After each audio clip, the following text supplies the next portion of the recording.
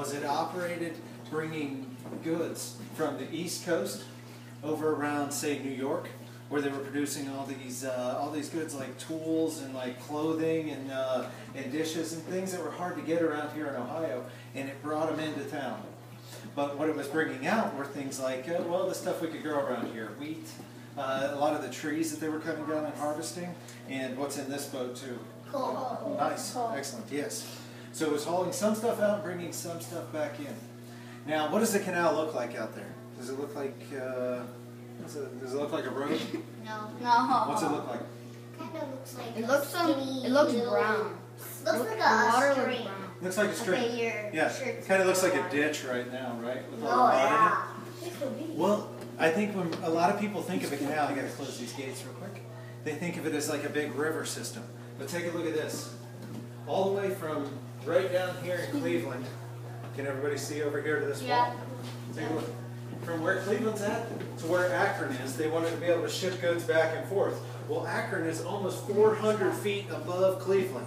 So they got to figure out a way for a boat to go uphill. And what they did was they built this canal, and it almost acts like a big staircase for going all the way up to Akron and coming all the way back down. So what do you need? Well, let's see. Do you guys want to start in Cleveland or Akron? Akron. All right. So if we're starting in Akron, that means that we're uphill up here, okay? Now these boats, they would be going down the canal. Actually, I'm going to set him right here. And they don't have any motor on them. So what did they use to pull the boats, you think? Hands, yes. Horses. Horses. They did use horses. They used another kind of animal that's related to a horse, if you look up here. Mule. Mules, yes. A lot of times they use mules. So as this boat's going down, you'll see, look, there's this big long rope. It's over 100 feet long going back to this boat. And there's these 3 mules that are walking on the towpath. Everybody's leaning on here. Lean back for a second. The towpath would go right along next to the canal. So as they would come up to one of these, what are these things called? A lock. The lock. Very good. As they come up to a lock, they would throw the rope off of this and throw it over to where the mules were, and the mules would walk on ahead. And hopefully this boat would drift nice and easy all the way down into that lock. If it got to a point it didn't want to go anymore, some of the people that were on the boat would use these big things right here. Horse. Yep. It's a big spike like that they help to push themselves in.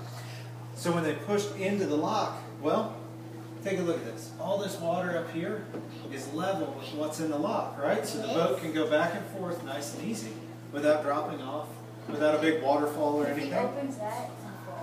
But yes, your water's a lot lower down here, right? I gotta close my little gate. Awesome. Well, check this out. When these two levels of water are easy, you saw the big gates out there? It would be, or when they're even, it'd be real easy to walk up and push these gates closed. A person could do it with no problem.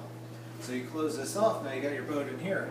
And what's neat about the locks is, you got your boat going up and down this staircase, the lock is like an elevator. And all you need to do is use gravity. You've got these little doors that are down at the bottom of these gates, and they operate with this handle up on top. Now you see how small that handle is? Check it out. This is how big the handle is in real life. Wow. Oh my Yes. gosh. And it probably weighs about 50 pounds. That's bad. Big heavy thing. You don't want to drop this in the lock, okay? Because then you got to dive down and get it. That's not easy. But somebody would walk up, put one of these big handles on top of that, what they call a wicket gate, and they'd open it up and watch what happens to the water level in here. How? Real slowly it goes down because it's draining out that little door in the bottom. And eventually, after about, well, if you're out there on that big lock, it'd take about 15 minutes. This water level and that water level get even, and guess what? You can close this. You can walk up and open these gates real easy. And then you use your pike like this again to push your boat and get it going. Now this is the important part. Everybody's got to watch out that's on the boat because this bridge just barely fits over the boat. Oh. Yeah. When your boat goes out down here, you throw your rope over to the side, you hook it back up to your mules, and guess what? You keep going until you hit the next lock. Now if you want to go uphill, we can do this one real quick, right?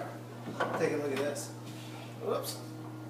Your boat's going this way, drifts right into the lock, and then you can push these things closed real nice and easy. Now, if this water's way up here and the stuff in the lock's down lower, would you be able to walk up and open these gates? Oh no. Why not? Because Go ahead.